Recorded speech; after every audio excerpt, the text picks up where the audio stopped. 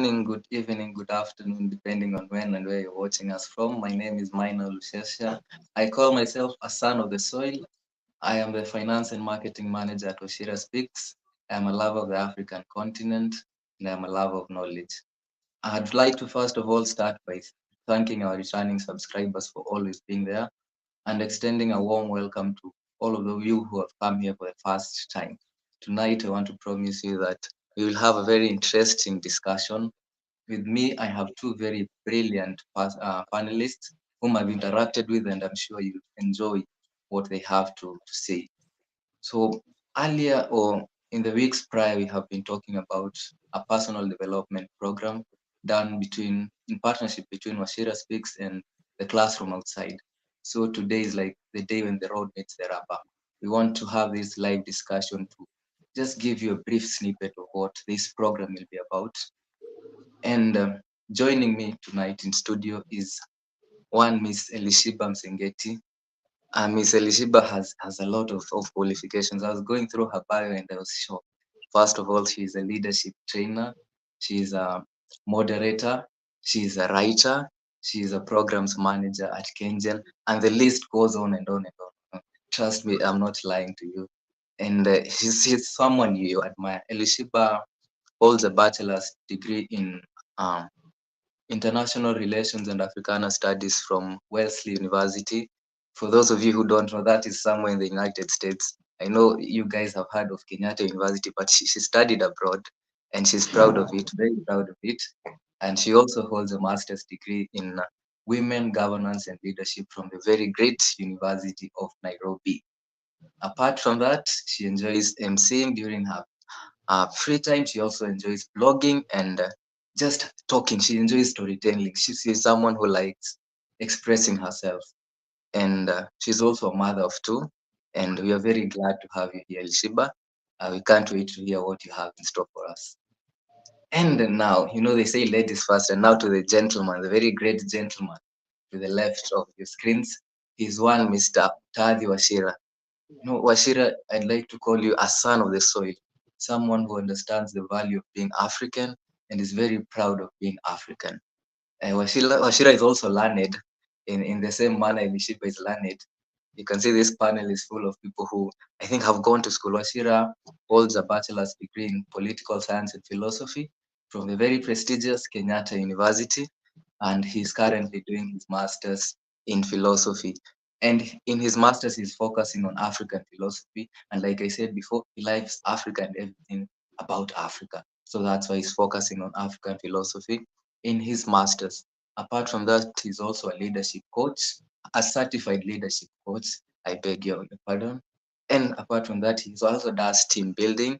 He's a friend, he's a mentor, he's someone I look up to and someone I enjoy talking to. And we've shared insights with him, and he's smart, and he's going to just prove my point right today.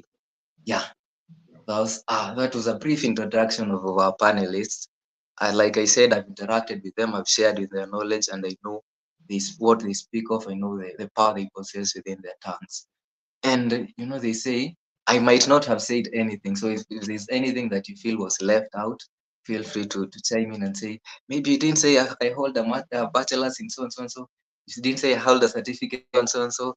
But yeah, I think I did you guys justice. And yeah, this program is about leadership. This live discussion is about not leadership, but personal development.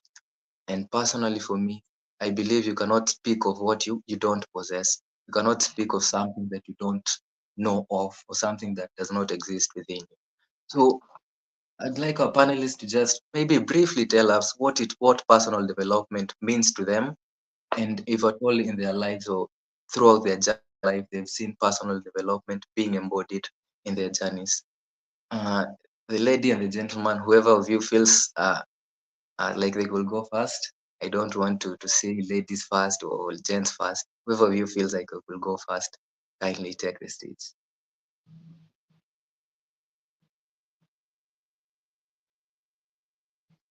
Okay, I think I'll allow Elizabeth to go first. Okay. Thank you very much. I hope you can hear me clearly. Thank you, Collins, for that warm introduction. And we're really glad to be here. And thank you so much, everyone, for joining us. And it's an honor to be doing this with Mutathi and with yourself, Collins. Personal development is defined as activities that can develop one's abilities, one, capabilities, and potential. So, and the purpose of doing that, the whole purpose of personal development, the way I understand it, and even the way it's generally defined, is to enable one, A, to reach their full potential, B, to achieve their aspirations, and three, which I think is the most important, is to enhance their own quality of life. So when we talk about personal development, it's almost, I would say, it's at the same level as oxygen, food, and shelter. Why? Because after you have all the basic needs, and after you have education, which is also I would consider a basic need, the next question should always be, how am I making the most of the raw material that I was given? And the raw material is your gifts, your talents, your intellect, um, your even your physical abilities, your mental, emotional abilities. So that's what I would call personal development. And when we talk about activities that consist or make up personal development, it can be courses that you can take, it can be books that you read, it can be conversations that you engage with or engage in, it can be all those things. But essentially, the whole goal is to develop yourself or to develop you into the best version of yourself. That's how I would define it. How important is it to me? I've just said it's up there with food, shelter, and oxygen. Yeah, very interesting insights. Like you said, it's like it's very important. You cannot live without it. Washira, do you share the same views, or do you think that it's something you can do away?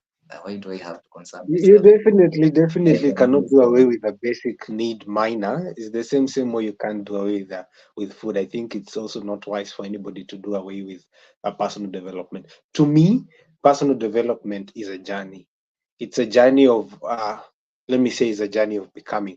You see, human beings, because of the fact that they are cognitive animals, they have the ability to learn, and because you have the ability to learn, you learn through various ways. One of them is skills. You're not born with skills, minor. Skills is something that you learn along life, along the way, through the journey of life.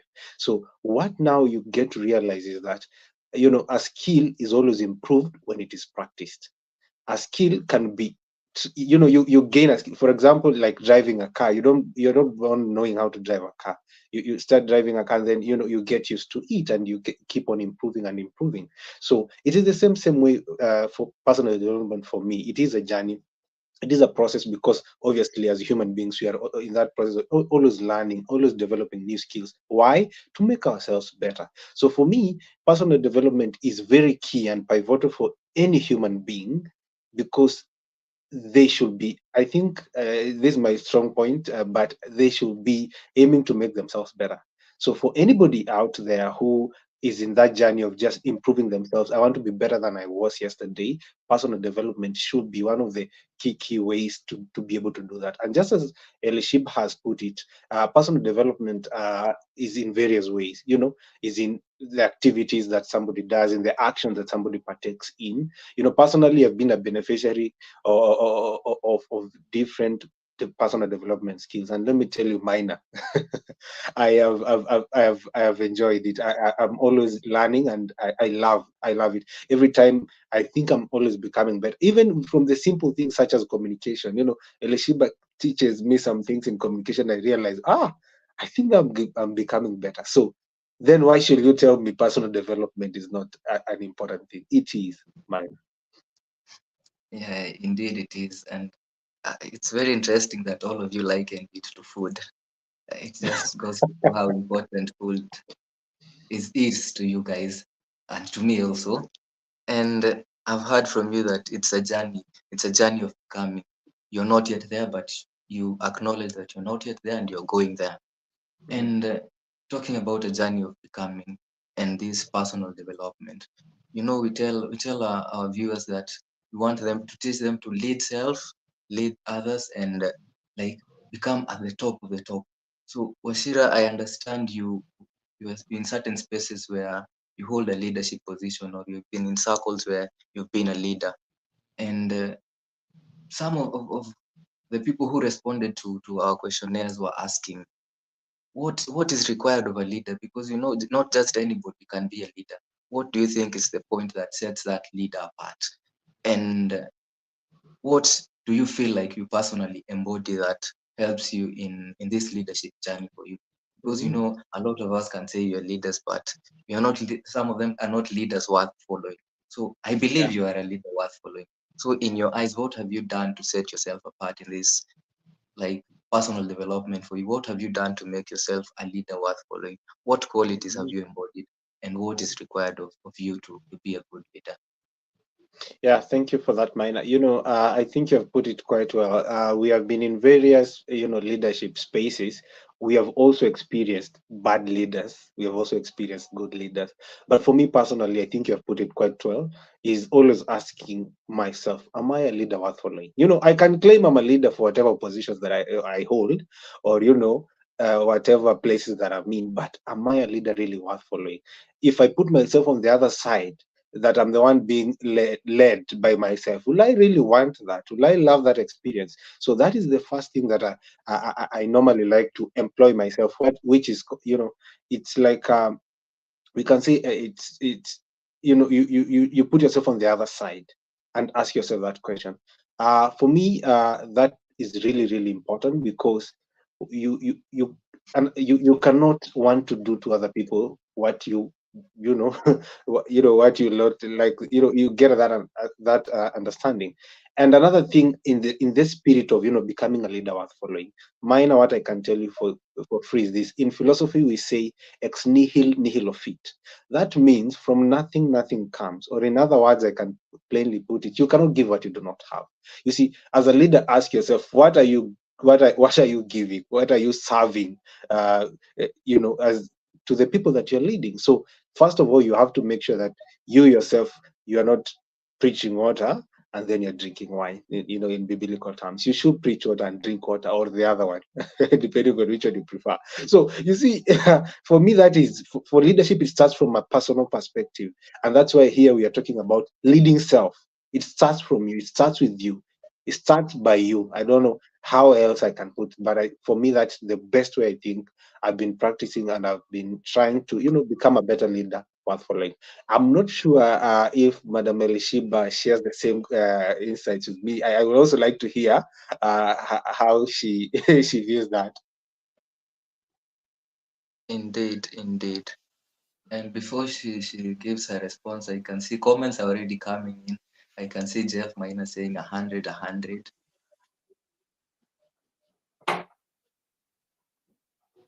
Quite inspirational. Can't wait to get more thoughts. Like I said, you will definitely get more thoughts. You are in a panel full of intellects, and I'm sure that you'll get out of it very informed. And I can see Odwor saying personal development core values: growth, self awareness, and resilience. Without this, no one is satisfied as having been developed. And maybe Ms. Elishiba, you can briefly give your comments on what Odor has said, as you also answer what Wachira asked.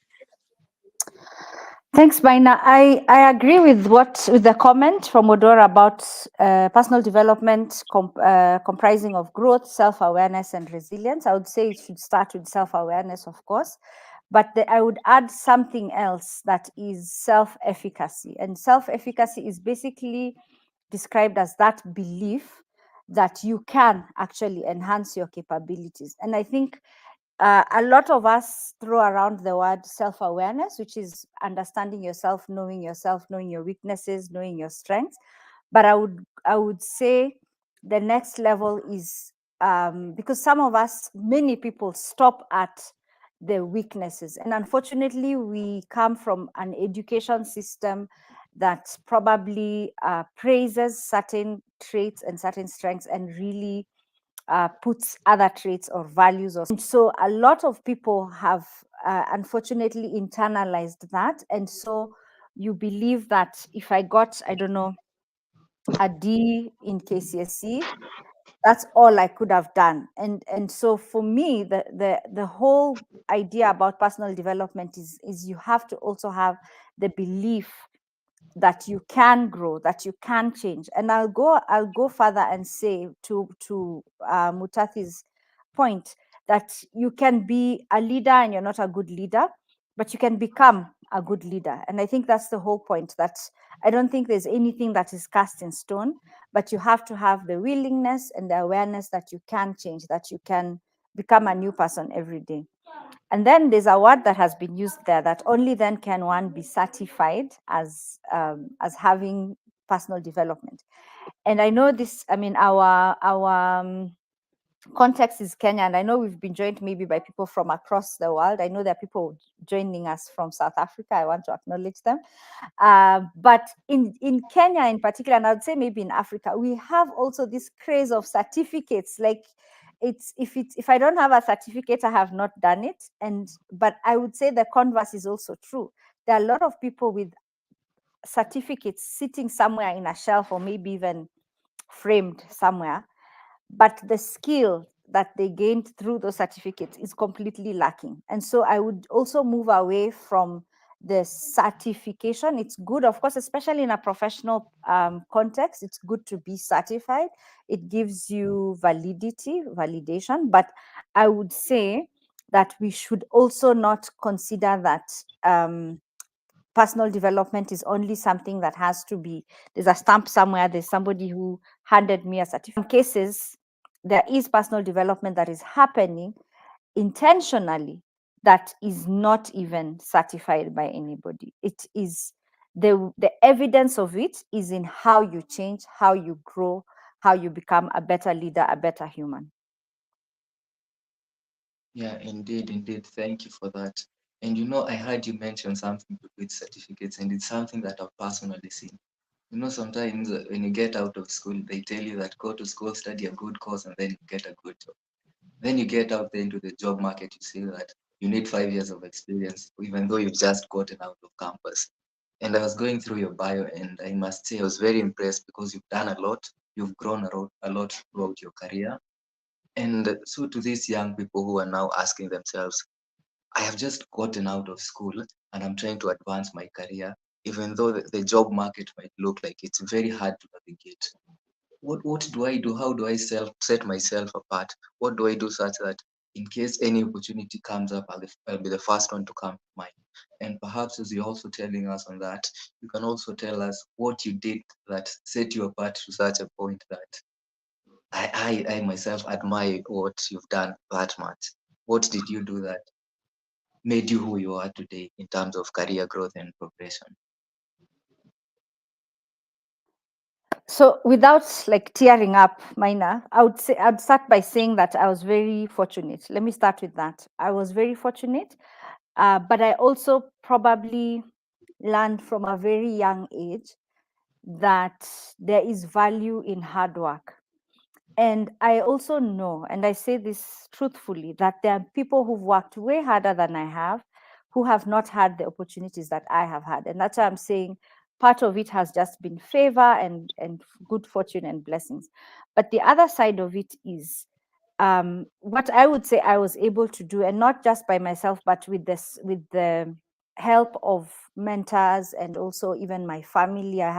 I've always had a very, very supportive family, nuclear and extended, that gives you the support and enables you and equips you and cheers you on. Um, I would say that a number of things. One, as a young person, so for you've asked a good question. You're applying for a job and you've just finished campus and they're asking for 5 years experience. I mean, this is usually such a catch-22 because it's like, where will this person get this 5-year experience unless we give them a chance to actually get the job? But there are entry level positions. I didn't start off with 5 years of experience, but when I was doing my undergraduate, for example, I did internships. I was interested in education. And so my first internship was actually teaching at a school that is near where my mom lives, where my family lives, a primary school. And they had never had an intern. I just reached out to the head teacher and I said, can I come? I want to teach. What can you teach? I said, anything you give me to teach. And, that's how I started. So so I did that. Then my second summer break, because like you said, I was studying in the US, my second summer holiday, I came back home again, did a 10-week internship with FAWE Kenya, Forum for African Women Educationalists. And again, the part of the skills I could offer was even just filing, as an undergrad, or doing a report and typing what somebody has already written and then editing it, so simple things. But what did that do? It meant that by the time I was graduating, I could say that here's something I've done, here's some experience I've had. I also worked on campus. I know that's not maybe very possible in every situation, but I had the opportunity to work on campus, in the international students office, in the library. So I had some skills. I had a CV that I could present and say, hey, I just graduated, but here are some skills that I have. But having said that, in coming back to our Kenyan context, what could set you apart, and I say this knowing that there are people who've done way, way more amazing things than all of us put together could ever do. What sets you apart is if I am hiring, I would look at what opportunities has this person had and what have they done with those opportunities.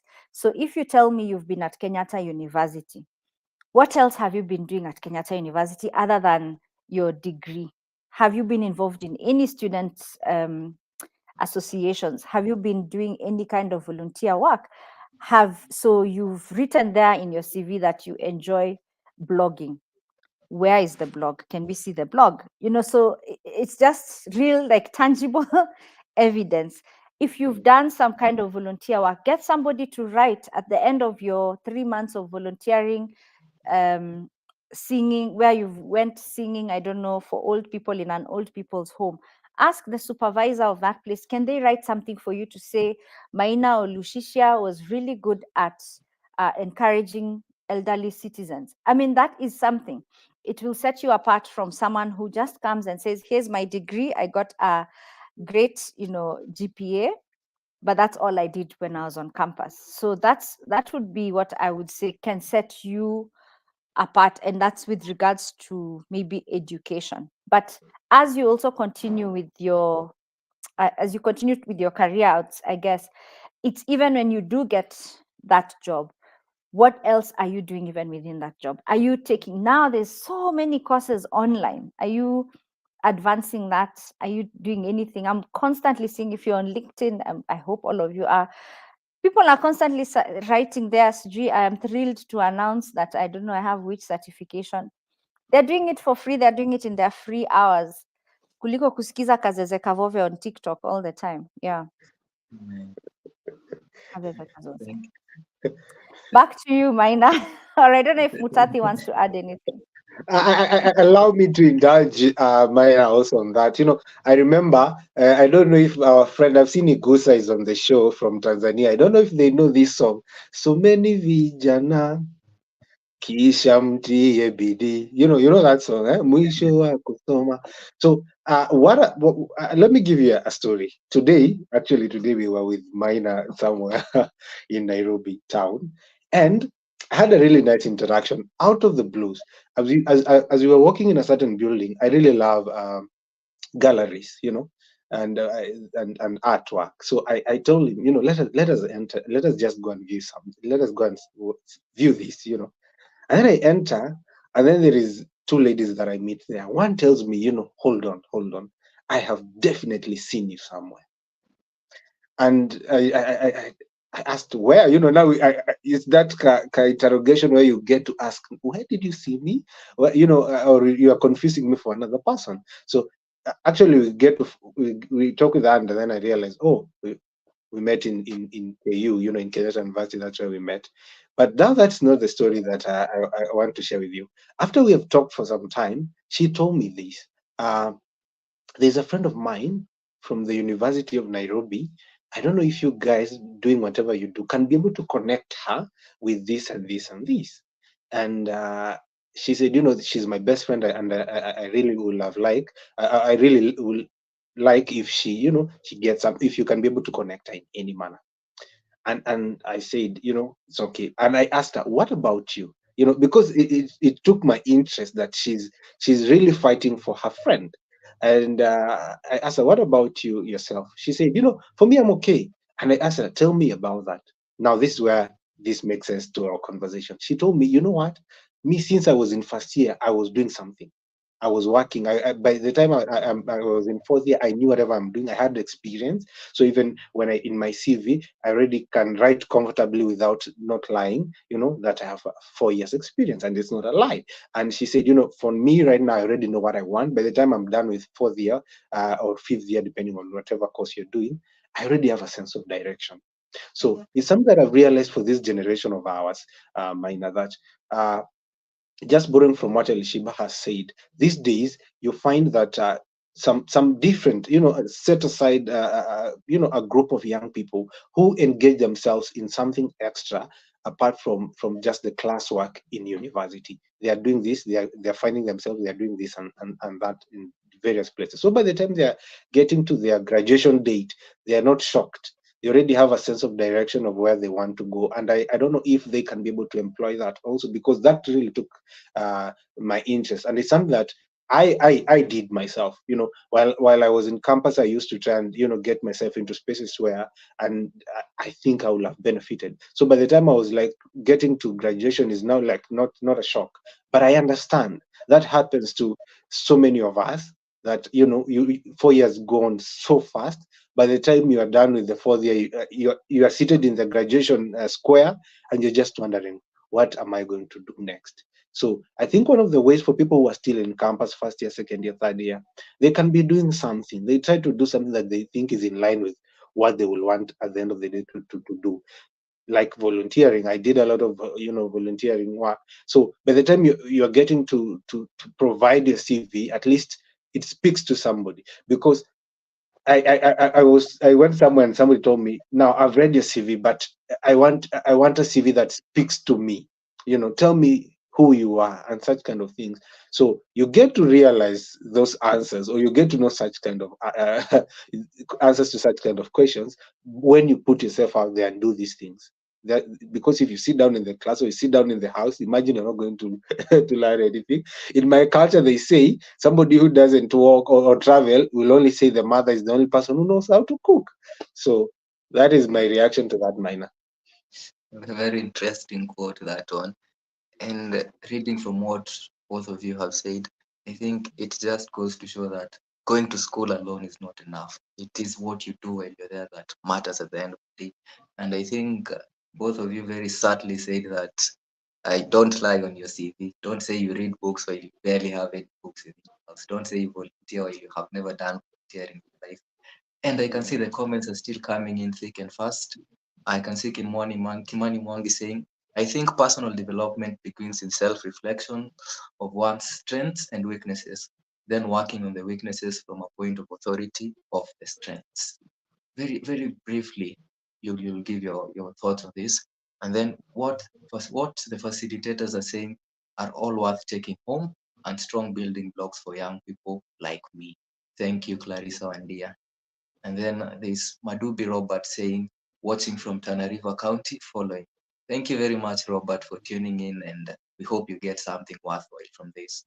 And Gilbert Stuck, very interesting name. They are saying, knowledge doesn't change, and what we are taught is not different from what is taught on the other parts of the globe, not unless an historical reference is made.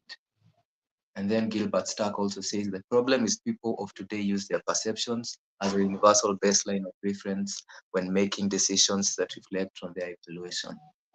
Yeah. And then let's see, Gilbert Stark also said that the education system is not to be blamed. I think it's just in agreement with what you guys have said. And then he also said the mention of the education system is a rhetoric that is used as an excuse. So don't keep on blaming people who told you to go to school. Don't keep on putting the blame on people who told you to study. Because, we've shared this with Wachira. sometimes campus is not to teach you what you're learning. It's about teaching you how to think, teaching you how to set yourself apart. And I think that is just what both of you were saying. And Washira, there's another aspect of leadership. When on your leadership journey, you will always find that you have a team there. And there are some of us who might want to start startups.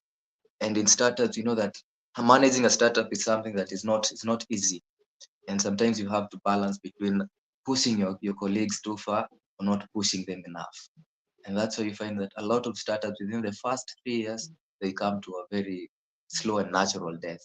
So having been in that space, having been in the space of a startup, how do you handle this? How do you push your workmates, your colleagues in such a way that you're not doing too much? Because you believe in a generation Z where people say they don't like to be stressed.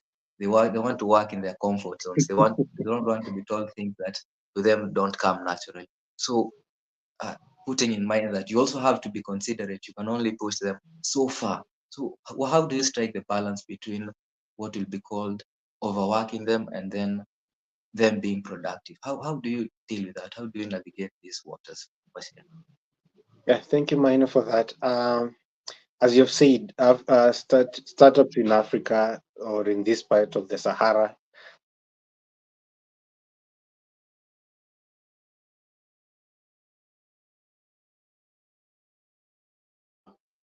startups tend to, I don't know, can you guys still hear me? Yeah, we Thank can you. hear. Within the first 3 years, statistics tell us that startups fail. So if they survive the first 3 years, then they will be able to, go for some time until they survive 5 years. There's always those numbers that they give. So one of the reasons they talk about is finances. And also one of the things that those people also talk about when they're doing that research or they're giving their feedback on the research is the human resource. So, and that's, I think, where your question is coming in. How Yeah, do you deal with such kind of spaces? Now, for my case, is now another case where now you find these startups is a youth-led organization. And right now, when you're talking of youth or young people, you're talking about people in what we call the millennials, generation or the Gen Z generation. I don't think the Gen Alphas have already started working. So now, there's a lot of challenges that comes with that, especially when you're dealing with people. Everywhere, mine, everywhere when you deal with, as long as you're dealing with human beings, it is bound to happen. There will always be a challenge. So the question is, how then you, as a leader, work that out and make sure that everything at the end of the day works for the better of everybody. Personally, what I've really employed in my space is that the engaging aspect of it and treating everybody.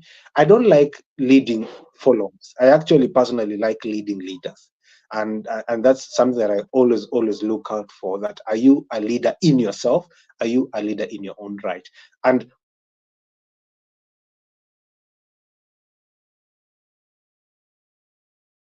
we the voices test. As a leader, then because I'm leading leaders and we are doing a lot of self introspection and we are asking ourselves so many questions, because there's always re-strategizing in startup spaces, always looking for what next, what do we do this, how do we make this work. So what is key to me is the team, is the leaders themselves within the team. So something that I learned and I'm practicing a lot is the five voices test. It's a really nice test where you get to do or you are taken through uh, a session to understand what do we mean by a leadership voice. So this is my voice. Oh, so kumbe me myself I'm a pioneer. Oh, so and so is a nurturer, and we have those voices. So personally, I've used that one very very well. Why? Because inside there you get to know something known as the nemesis voice. So nemesis voice is, you find that your foundational voice is totally the opposite of the other person foundational voice. Actually, for my voice, minus voice is the total opposite, is the nemesis voice. So, and how then do we work? How do we still remain good friends in the workspace at the end of the day? Is now to get to understand. So, my voice as a pioneer, we are always, future oriented. But mine as a nurturer is present oriented. He will ask the question,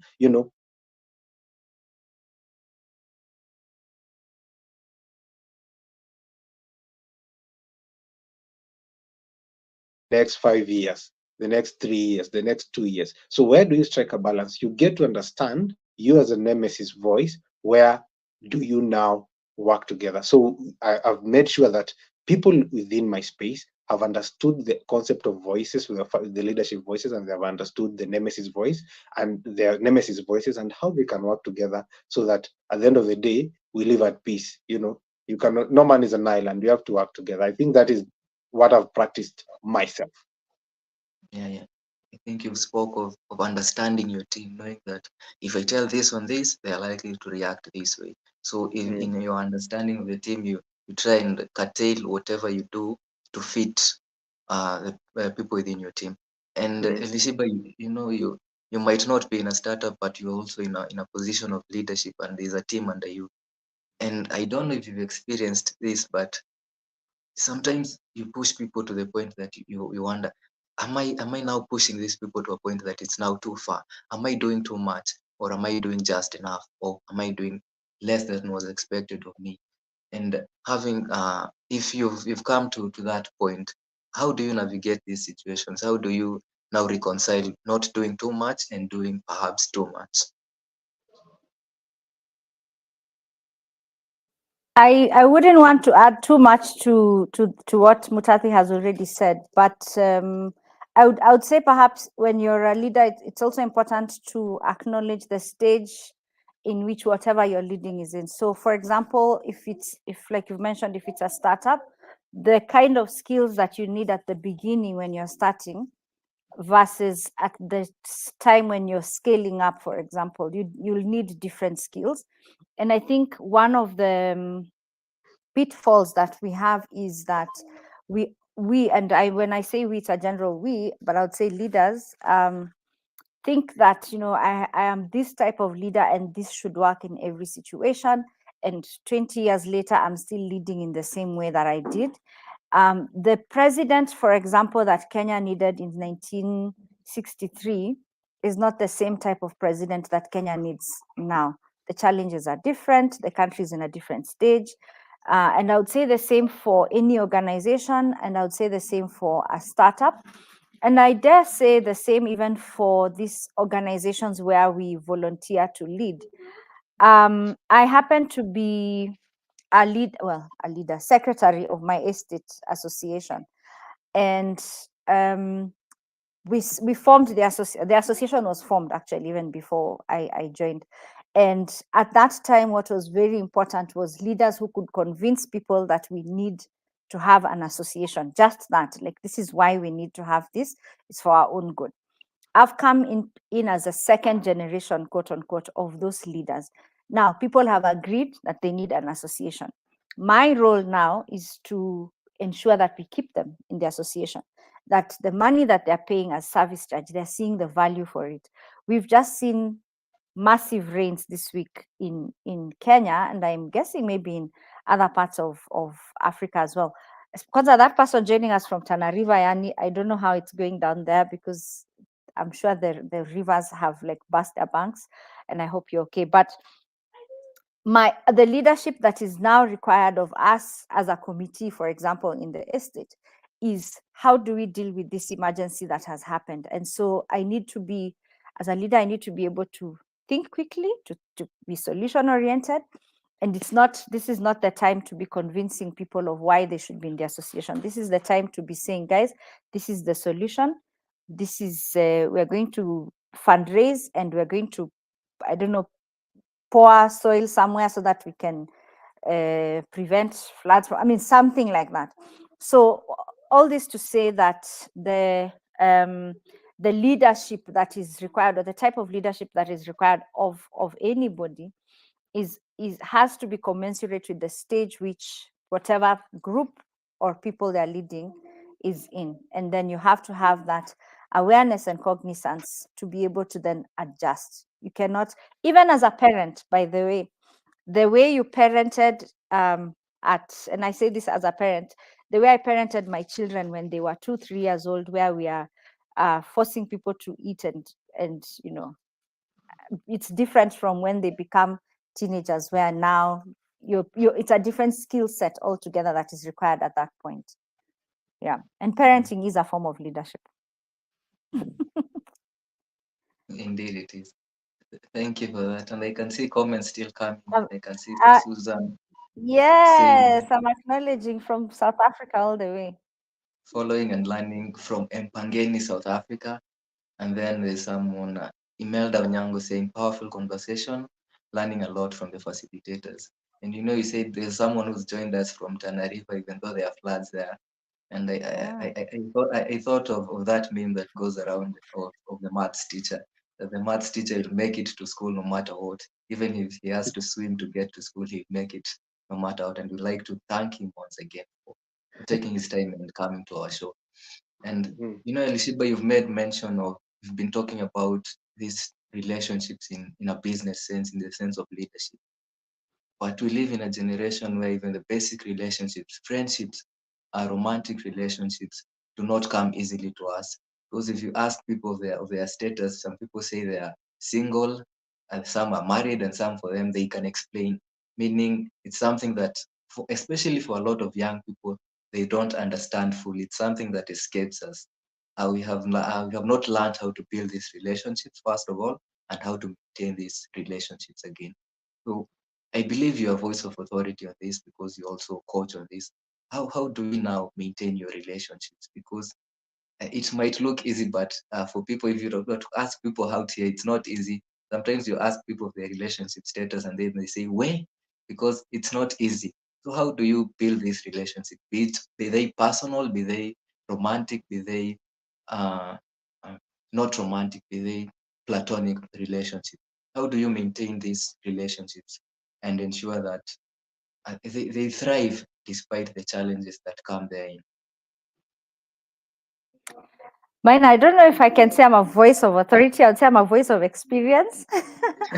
Because with relationships, you might think you're a voice of authority, and then you are taken to school, my friend, and you're just left wondering what happened over there. But maybe what I would say as regards relationships, first of all, I would say relationships are very complicated because human beings are very complicated. So that is the first acknowledgement that, as we grow, we have to discover. And when we talk about personal development, there's the mental development, there's emotional development, spiritual, physical, and then there's the social. So the social development is hinged very much on the kind of relationships you have. How do you interact with people?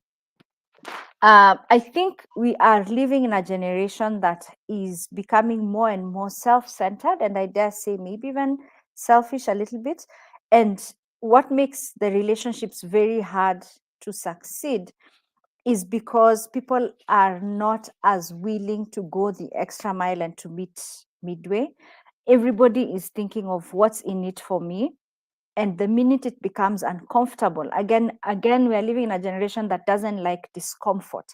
The minute it starts to become tough, no one is willing to be the humble one who says, okay, maybe I need to take a step back, maybe I need, or maybe for this season that we're in, I need to be carrying more of the relationship. Again, there's this notion that relationships should always be 50-50. And if you've listened to Brené Brown, who's one of the most respected, I would say, leadership gurus, especially as far as emotional intelligence goes, she says that relationships are never 50-50. There'll always be somebody who's giving more or who needs more in a particular situation. So I would say that one of the challenges is that expectation that it has to be 50-50 consistently. And then maybe the selfishness and the self-centeredness has also made it harder. You have to be thinking of, yes, of yourself, but also of the other person. And I'm saying this with regards to maybe romantic relationships. But when it comes to also friendships and platonic relationships, um, there has to also be a selflessness to it. If you feel that your friend is I don't know, ignoring you, is not giving enough to the relationship, also have to ask yourself, what are you doing?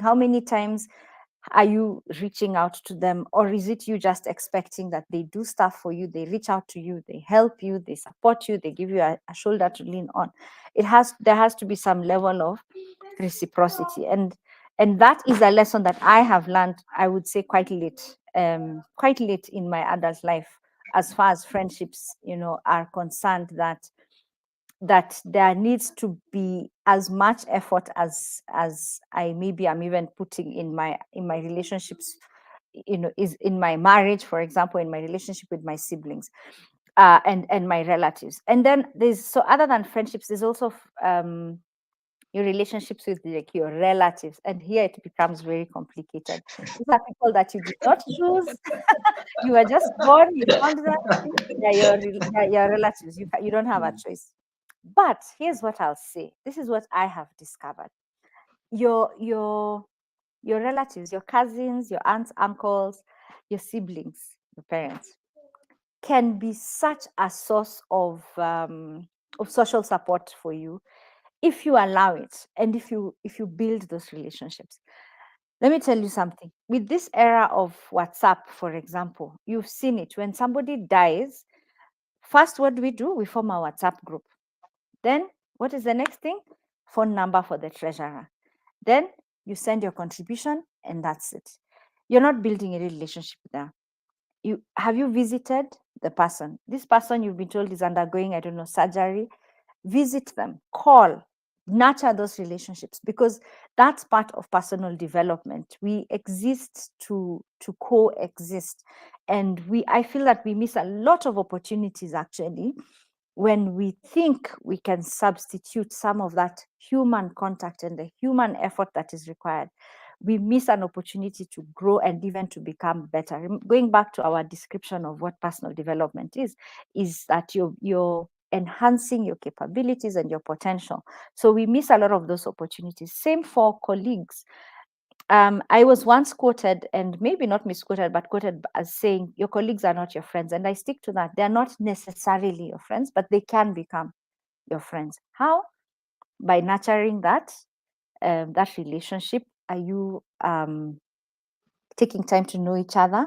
You don't have to become BFFs. I'll give you my kidney if you need it, but you can become, you can get to a point where you're helping each other to grow as humans. That's Yeah, my take on indeed, indeed, relationships. indeed. And I think it can all be summed up in the words of one wise man who said, no relationships exists without a measure of reciprocity. It's not one way. Whoever you're in a relationship with has to give back to the relationship. And this is a free space. So, Ashira, feel free to speak of your relationship status and maybe just talk briefly on how you maintain your personal relationships and ensure that you're in touch with your friends, your family, and if there's someone you're in touch with them who is now not your, if there's a romantic partner, you stay in touch with them and you don't break these bonds and ensure that the relationships, whatever it may be, lasts. Yeah. Yeah, thank you, Mina, for that. I can see so many people are joining, and let me just appreciate them very much for joining us tonight, and especially Madubi. Madubi Robert is a very good friend of mine from Tana River, so we also hope he's okay wherever he is, especially the floods. So, to go back to the issue of relationship, Mina, I think Madam Elishiba has really put it quite well. I don't want to add too much on that. I don't want to spoil the broth there. But what I can say is this: you have said it. There is no relationship that exists without a measure of reciprocity. That's what I believe, because a relationship is just like it is symbiotic. It should be symbiotic for it to survive. It should not be parasitic.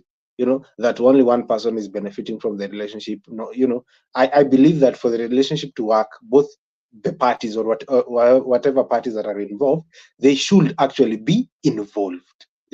You get, not that you're in a relationship and you're the only person who knows that. I don't know, mind if you've ever been in such situations. You are the only person who knows you're in a relationship. Let me tell you. So anyway, for me now, for this relationship that I am in, and especially, first of all, let me talk about the platonic one, especially the friendship that you get along life. Uh, I mean, during life, not a long life. I hope you get that. So, friends, I say, are as the family that you choose. You know, we did not have the option to choose our family members, some of them as dramatic as they may be, but friends, we actually have a choice. I think God was gracious there because we actually had a choice to choose our friends. So the issue is not now about getting those friendships either by design or by default. The issue is maintaining that relationship. Let me use uh, uh, I don't know if this example will make sense. If for example you buy for example a laptop, you see that laptop at the end of the day will need or you need to maintain it, make sure it is okay. You're updating the systems and everything. Just the same thing for a relationship. You see, for me, what I do for my friends, the other time we were talking about friendship in another show, and it got a lot of different reaction. And the reaction was funny enough, was from how do we define a friend? What is a friend? What is a close friend? What is a best friend? And remember, in our in our Kenyan context, is mambo like the bestie one. I know Madam Elishiba can speak about that later, so or not. So now, for me, I think one or two things that people should really take closely, and I've been practicing myself, is two things that come very strong. One is intentionality. I believe in every sphere of life, you really need to be intentional for it to work.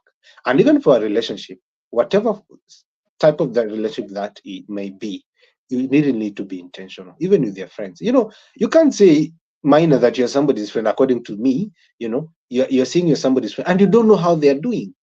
You haven't talked with them for 3 months, and then now how do you expect to for you to be there for them and you don't know how they are doing? And then now you start saying that sikuambiwa. Ask yourself, what did you bother to ask? Did you reach out yourself? It starts from you. Or you hear that sinie alinyamaza. In English that means he's the one who kept quiet. And he's the one who drew away. What about you? What did you do as a friend, as a partner in that relationship? What did you do? Such kind of aspect. Just being intentional. Number two, which comes very strongly for me, is communication. And by communication, I mean clear and effective communication. You see, if you have a certain relation and you do not communicate, human beings, we have been blessed also with the ability to communicate. We are not like other animals. We can be able to communicate. Our tongue can be able to communicate in certain languages. And right now, you as a person in any relationship, you need to communicate. And I just don't mean like hello, communicate clearly. If this is what you want, say. If this is not what you like, kindly say it, and say it well, considering the emotions and every other factor that you should consider of the other person. So for me, minor, just to sum it up quite fast, is intentionality and clear and effective communication in whatever relationship that you might be in. Indeed, intentionality and clear communication. If any of you guys are taking notes, make sure to write that down. And I can see comments are still coming in thick and fast. Madubi has written in very clear Swahili that maji yashavuka vikingo vya mto, sasa tena mabomba yanafunguliwa. We praying watu wawe salama kwa sababu hasara ishakumba watu kwenye mashamba yao. Wow, wow. That's a very uh, precise Swahili statement that I'm sure not a lot of people could construct. And then there's Doreen Adama saying, quite insightful. I'm learning from all the panelists. Thank you, Doreen, for that. And then Kevin Wairimu saying, incredibly profound and crucial to be informed about all this. Love the conversation. Thank you for that. And then finally, there's Gilbert Stark saying, leadership is not needed. What we need is guidance. Literature is very important. Leadership is always conflict with guidance. Differentiate the two, and you'll have a solution. I think, Wachira, I'll give you an opportunity to answer this. But before you answer that, there's something I also want to ask you. You know, we call you the African son, the son of the soil. You promote everything and anything that is African. So personally, because we need to embody what we sell to people, we need to embody what we speak of. How personally do you think you're building this cause? How personally do you think you're contributing to the growth of not only Kenya but Africa as a continent, and not only Africa but Africa as a continent, but everyone and anything that is Africa?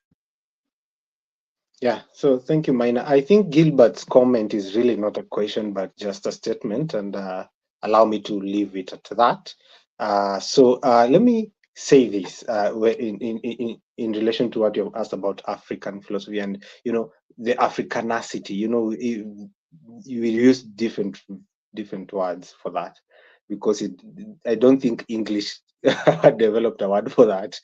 Anyway, proper English, that is. So, Collins or Minor, I really don't promote anything and everything that is African because there are also some things that I really don't not agree with in the African setup. So, I also have to make that clear also for everybody to understand. However, one thing that I am sure of, one thing that I'm so proud of, is that I'm an African, and I'm an African, and I keep saying that. I love that, and because I believe nobody, and absolutely nobody, can take away that away. I mean, can take that away from me. Uh, I believe that we as a people, I am okay. Let me go back. We normally say I am because you are, and because you are, I am, in the spirit of Ubuntu. You know, and various scholars in the spirit in the field of African philosophy have talked about so many things, which I will not like to get into right now. But for me as a person, I always ask that question that, I love Africa. I want Africa to be good. I want African people to be also, well, they're growing and all that, so that they should not be seen as barbaric or backward, all other negative things that are associated with Africans. So I ask myself then, what can I do as an individual? Because remember what we are saying at the end of the day, it starts with you. We are talking about leading self, so that you can be able to lead others and lead life. So for me, I ask myself, what can I do? What can I do for my people?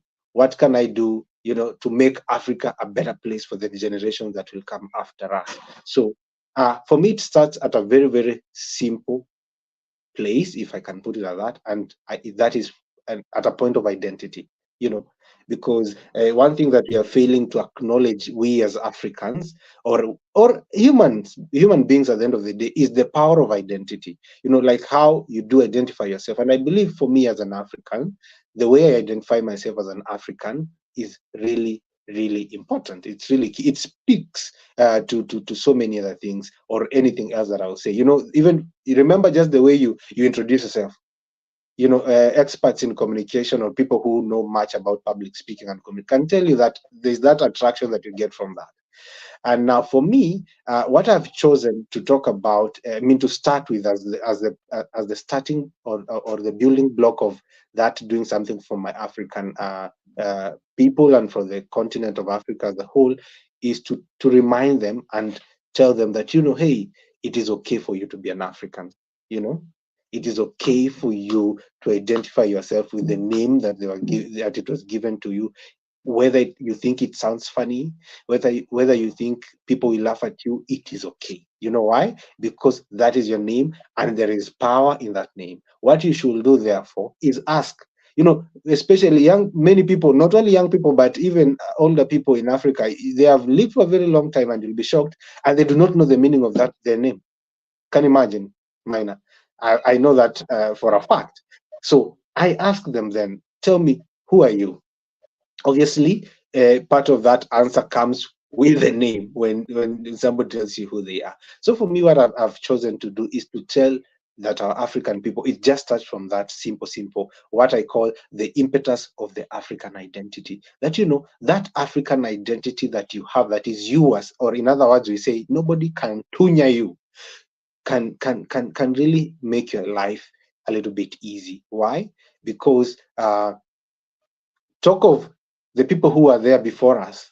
or even the Black Americans living in the Americas, or the people who are taken from this country and they went to other countries, talk of, how the Black Americans have been able to survive up to this date despite the slavery that was there. What they used to do is, at the end of the day, is to remind themselves that, we are from a certain place and we should be there, we should be there, we should exist. I'm not saying this because I'm bashing any Eurocentric. I'm not saying Afrocentrism exists against Eurocentric. No, it actually exists independently, that you can be proud as an African, and you can be okay, and you can just feel good in your culture, and you can also, just share it. It is my story. There's that aspect. This is my story, this is where I come from. Yeah. And also another thing that I should mention there, as I wrap up that point, is not everything. Sometimes when people hear us talk about Africanacity, they think we're talking of some things that are backward. To be honest, minor, there are some things that are backward in our cultures. Let us agree. Like female genital mutilation, FGM, should be discarded. It is not right. So that one, we are not saying that now when you're talking of going back to our roots, or you're talking about our cultures, we are at basically everything. I was so shocked the other day when I was just sharing my views on African philosophy, and somebody told me that you go back and wear skins, and that is really a perverted way to look at it. That's not what you're talking about. You're talking about embracing our Africanness even in a modern culture. You know, Basically, I think, allow me, Minor, to just say that briefly, and I also like to hear Elishiba's views on that, also on the issues of Africa and our African people. I know she's a really good storyteller. I know for a fact. I've seen her give stories. I'm always waiting for her to go back on Engage, so that I can hear her. So maybe I like to hear that Yeah. from her also. Maybe before she answers, I can see comments still coming in. I can see Ongonga saying, watching like with my dad following. Watching like with my dad following, though late. We'd like to tell Ongonga, thank you very much for tuning in. And then saying, na watch na mzae hapa ni Duke hapa hivi. Thank you very much. We call him the Duke of Koromatangi, and he's always here supporting us, championing for our cause. And yeah, we appreciate you, and we are glad you're watching, and we hope you get something from it. Yeah, Elishib, I think you can answer Shira's question. So I love that Ongonga is watching with his dad. I'm seeing a lot of families are watching together, which I think is amazing. That people are being intentional to attend such things as families. We saw a comment from Susan there. That's my aunt Jenny from South Africa, and I know she's watching with her family. I know my cousin Nicole is watching. My aunt Helen is watching with her family, and it's just amazing. So what I'll say, and I guess what Mutati has said is correct, that when we say that we are proud of who we are, it is not in contrast to other identities. And I think it's important to remember that, especially for a country where ethnicity, for example, has really been politicized. So when I say I happen to come from Taita, and if I say I am a proud Taita, it should not be in contrast to poleni sana, the rest of you, that you are not Taita. It is just, it should not, do you know what I mean? So it's the Yeah. same way for when you say you're proud of your identity, it should be that yes, you've embraced it and you're happy for it. And also, in most cases, you don't really choose some of these things like your citizenship and where you're born and the color of your skin. And so I also say it's very important for us to be careful with some of that, because the way that we ended up even with world wars is precisely because of that there was a Eurocentric view of the world that saw that everybody else maybe was needed, I mean, the light, quote unquote. And then, I mean, that kind of identity that builds boundaries and borders becomes then very dangerous and very unhelpful. But the other thing I would say is, to answer your question on what are we doing about Africa, storytelling is an important one. Mutati has alluded to it. Engage is one of those platforms where people are telling stories, and there are many other platforms. And I'm really happy also to see, more people are writing and blogging and taking videos and taking photos. much as that we might bash social media, I think one of the beautiful things about it is that we are hearing more stories, and we are hearing them from the horse's mouth. It used to be that for me to find out what is happening in Tana River, for example, I would need to wait for the 9 p.m. news. But now we've just had Mashobi has given us his own account. That's storytelling right there, saying this is what's happening on the ground. So that is part of it, is also telling our stories and maintaining, or rather writing them down and recording them even for posterity, for future generations, so that they also have something to build on in terms, as far as identity goes, as far as history goes. And the same, I would say, goes for some of the practices that we we we see. We also need to understand where did they come from before we can start saying either we're doing away with them or we are encouraging them. So when we talk about having an African identity, it's exactly that: is interrogating, it's understanding, but also being careful that, when I say black is beautiful, for example, so is white and so is brown, right? So it's not that it is the only beauty that there is. And of course, I know such statements came from Africans and people of African descent pushing back from a time when, of course, there was a lot of segregation and a lot of colonization, even. So such statements came up, for people to regain, their self-worth, self-esteem, self-identity. But again, with moving times, we have to be careful how that pits us against each other as a people, internally as a country, and also as a world, as a globe. Back to So you, Mina. thank you for that, Elishiba. And I think all of you have very valuable insights. And this is something that to me is also very personal, because for some me, for at a point in my life, I was very disconnected from my African self. I viewed it as being backward, as being not with the trends, with the times. But in my maturity, I've come to realize that there's so much power that lies within being African. There's so much power that lies within having an African name and owning your name, and just saying, you know what, I am African and I'm proud of it. And although people might think Africans are backward, that we hold on to our values and say that being African is not being backward. Calling yourself Maina, Mutadi, Sengeti is not backward. In fact, it's the most progressive way of thinking, because I believe we have to go back to our roots for our futures to be better.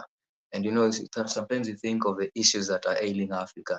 Maybe, just maybe, we're in these problems because we've run away from our destiny, we've run away from our roots. And life always finds a way to bring you back so that now you can start seeing the successes of life.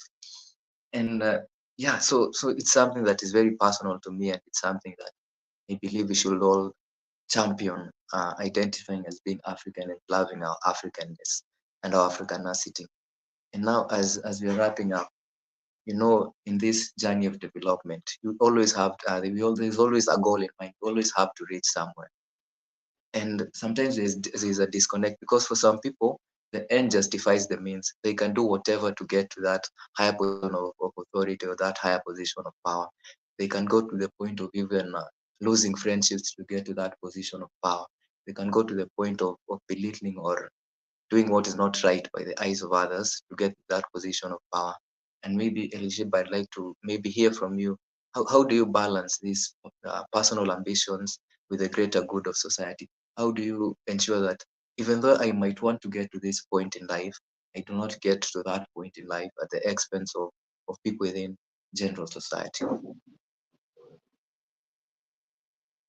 Thank you, Baina. I think, and that's a question that I think came through the Google form that we had shared, right? And I thought that was a very profound question. I don't even know if you have enough time for it, but I would say again that's it comes back to there are good leaders and bad leaders, and there are leaders who have what shall I say, have advanced their personal goals at the expense of humanity. Adolf Hitler is one such example, and there have been many others. So maybe the balance between personal ambition and greater good comes about when you ask yourself the why of what you're doing. And magnanimity, having a big heart or a big spirit, is not necessarily natural to everybody, but with many things it can be learned. And so you cannot stop if someone is selfish, self-centered. You cannot maybe stop them, but I would say for those of us who are trying to be, leaders that focus on the greater good, the question always needs to go back to, how is this affecting other people? How is this affecting the people that I'm trying to lead? How are my actions affecting other people? And that takes a certain level of selflessness. And that's why we talk about servant leadership. And I know when we go deeper into leadership, we'll talk about different types of leaders and different types of leadership. But the balance has to always come back from, if you hear, and I say sometimes there's a difference between what's the word? There's feedback and there's something else. I'm forgetting the word, but if people that you are leading are saying something and they're complaining, or people that you're working with are complaining, or people that you're living with are complaining, that there's a way that you're either making them feel, there's a way that you're not being fair, you're not being just. As a leader, you need to listen. People don't give such feedback for nothing. So it comes back to also being open to getting feedback and hearing from those with whom you're working or who you're leading. And it comes back also to, do you have a mentor? Do you have anybody who can give you honest feedback and tell you, by the way you're acting is actually not good for everybody else, it's only serving your own interests. Without chattering into like really rough territory right now, but we've seen people in leadership, for example, saying the country is broke, the country has no money, we're now having austerity measures. Then the next day, we need to increase our salary to this much money. So this country that is broken, this country that is now going to be paying these people in leadership, quote unquote, are they two different countries, right? There's a hypocrisy to it, and we need to be able to call such things out. And that, I think, is one of the challenges that we are facing, is that there are too many people who are very self-centered, who are in positions of decision making and leadership. And we need more and more people who are more magnanimous and who are less selfish, and to be in positions of authority and positions of decision making and positions of power. And I pray to God that when they get to those positions, because again, I don't know what happens, because they say power corrupts, that they get to that position and you suddenly forget all these good values you had, and you're sitting on people, you're trying to steal as much as you can, you're trying to put people down, and you're trying to ensure that nobody else even rises to reach to the level that you're in.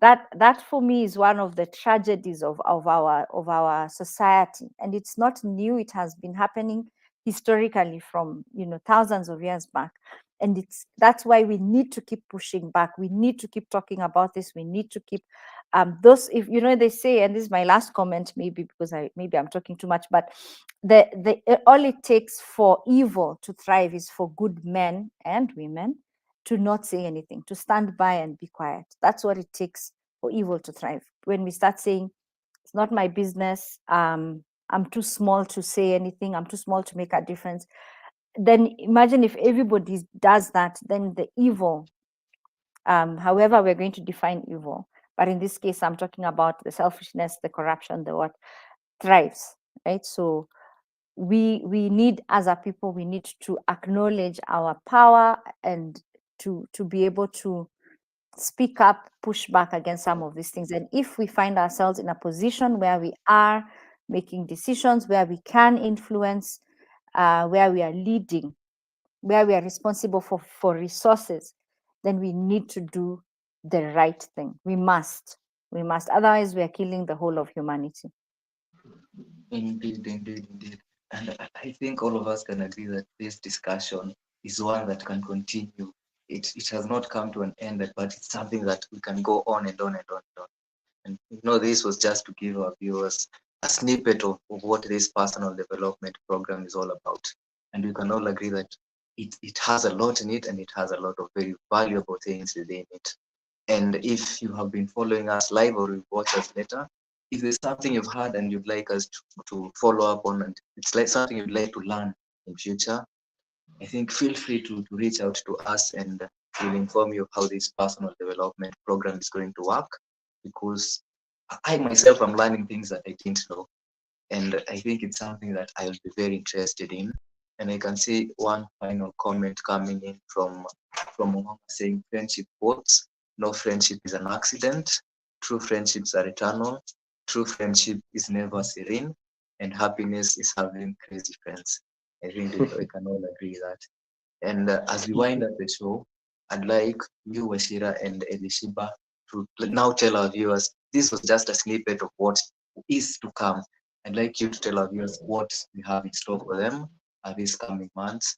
Tell them of the payment plans, of how they subscribe to this, and tell them that they are in for something good. We'll start with you, Wachira. Thank you, Mina. It has indeed been a very, very awesome conversation. I've loved hearing from Elishiba. I know she always has, every time I talk with her, I always learn something. And because mine is among my closest friends, I always go and share with him. Me believe in this power of sharing, the spirit of sharing. Hey, there's something Elishiba has told me today. So I think you can also learn from this. So that is so awesome. There's something Omar said, having crazy friends. I don't know how crazy these friends should be, but that's a person I've never had that. Okay, so and also there's something that Elishiba was talking about. I just want to mention about something briefly about it in this way. Martin Luther says that sometimes you will not be. I don't know exactly how the quote goes, but he talks about not by the noise of our enemies, but by the silence of our friends.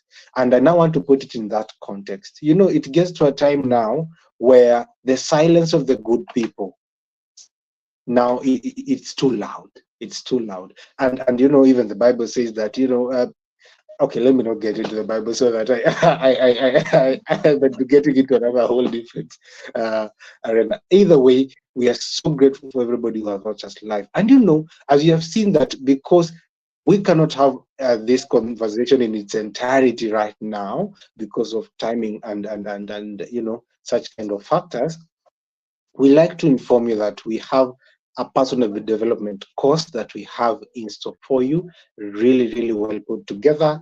And, we are going to be rolling it out from end of, next month, where you'll be part of that journey. You get to a journey of where you grow yourself.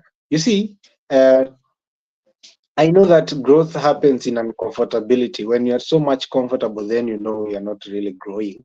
So that's what we also want to for you guys to learn, for you people to you might know it, but maybe you do not know it in the manner that has been packaged and put well together for you, and it will be happening online and mostly online, and we'll also be doing it physical once in a while for people who are in Nairobi or in Kenya generally, where we can get to meet at a certain point and have a physical, session together and get to meet each other physically. But most of it will be happening online, and it will be happening from May. So Elishiba will give you more details on it. What we hope and what we pray is that you guys have learned something from this, and for those who will join the session or who will join the program, the course, you'll get to learn even more. Whatever you have had is just, can you imagine? It's a tip, it's just a tip. It's a drop in the ocean. There's so much more, because I know you'll learn about relationships in details. You'll learn about leadership in details. You talk about personal branding. We'll talk about entrepreneurship quite well, especially for those people who are asking about startups. A lot of things. And over and above that, you'll get to network with other people. You get to meet with other people. It doesn't hurt. It doesn't hurt. So I really hope to see you in that course, where we'll get to interact more, and also we can learn also from you. I think it will be really, really nice. Chiba, maybe you can share also something on that as we wrap it up. Sure. Thanks, Mutathi. And I want to reiterate what you've said. It's been such a delight to be part of this discussion, and with with yourself, Mutathi, and even with Collins. A discussion is only as good as the questions that are asked. So I really want to applaud Olushiashia. I like that name, Olushiashia. Yeah, and Mutathi for sharing your wisdom. Thank you so much. So I guess to add to what Mutathi has said, this is a gift that we want to give to people, is this course, the Personal Development Program, PDP, that is focusing on exactly that: leading self, leading others, and leading life. And I would dare say leading an intentional life. It'll have 6 modules, as Mutathi has mentioned. We'll be looking at managing your own career, and career doesn't mean job, by the way. It's your whole lifespan of work. And personal development, like we mentioned, is not an event. It is something that is continuous through all seasons of your life. So we have managing your career, we have the personal branding, we have the leadership module, where you learn how to be a better leader. Are you a leader worth following? And we'll be looking at different things under that, and different themes under leadership. And then we'll be talking about Africa, growing and knowing Africa, and participating in the growth of Africa, of the continent. And then we have the relationships, friendships, situationships, courtships, all these things I can explain that Maina talked about. We'll have a module on that. And then I think the 6th one, I don't know which one I've left out, but we have 6: Africa, growing, knowing and growing Africa, leadership, leading self and others, personal branding, or entrepreneurship. And again, when we say entrepreneurship, it is not just businesses, but also what we've started to call side hustles and entrepreneurial thinking as well. How can you make the most of your gifts, of your time, and of your resources, so that you're also financially stable? Because that's a big part of personal development and personal stability. So these 6 modules will have 2 sessions per module. So in the end, it'll be a 12-week program starting at the end of May. And we'll be having ourselves as facilitators, but we will also be having guest speakers and guest facilitators. And it will be virtual and also physical. We'll have some sessions that are physical and some sessions that are virtual. However, if you're not in Nairobi, you will not miss out on anything. We'll make sure that you're getting your worth for the 12 modules, or for the 12 weeks. What is the investment for this course? And like we said, personal development is your personal responsibility. You can either pay for yourself, you can get somebody to sponsor you, you can get an organization to sponsor you, and you can join as a team, you can join as an individual, you can bring your team members to attend this course. The investment is only 30,000 Kenyan shillings. And we do have an early bird offer if you pay early, and I think we'll be sharing the dates tomorrow in our flyer. If you pay early, there will be a discount whereby you get one of the modules as free. But that is the investment, and I would say it is a very, very discounted investment if we look at all the value that you'll be getting. And to answer the question of certificate, yes, there will be a certificate at the end of the course. And this is because, of course, it's important to have something to show for what you'll have gone through for the 12 weeks of this amazing, life-changing, earth-shattering personal development program. So I don't know if I've covered everything, but we hope to see you. Target age group, we said it can be from all the way from 18, so all the way from 18, and I would say as high up as you can go. If you feel that this is something that would be of value to you, and I know that it would be of value to you, I think you should definitely sign up. We will have a payment plan as well, where you can pay in installments. So that should not be a worry. That again can be arranged where you're paying in installments. So all this information, I think, will be shared on all our platforms, on Wachira Speaks and on the Classroom Outside. We are on LinkedIn, we're on Facebook, we are on Instagram, we are everywhere. We are even here on YouTube. So that information will be communicated. Yeah, So thank thank you you. for Thank that. you.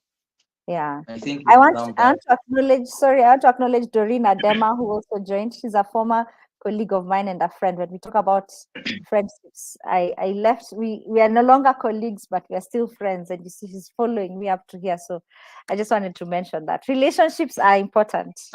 Sorry, back to you, Mina. Yeah. Thank you. And I think you've summed up pretty much everything. I'd not like to add or subtract from what you've said. I'd also like to thank our viewers for taking their time to view us live, and also thank those who will view this later. And also thank you guys for showing up and sharing your wisdom. It has been a very engaging and entertaining session. I hope we'll have more in the future. Apart from that, I'd like to say to our viewers, thank you.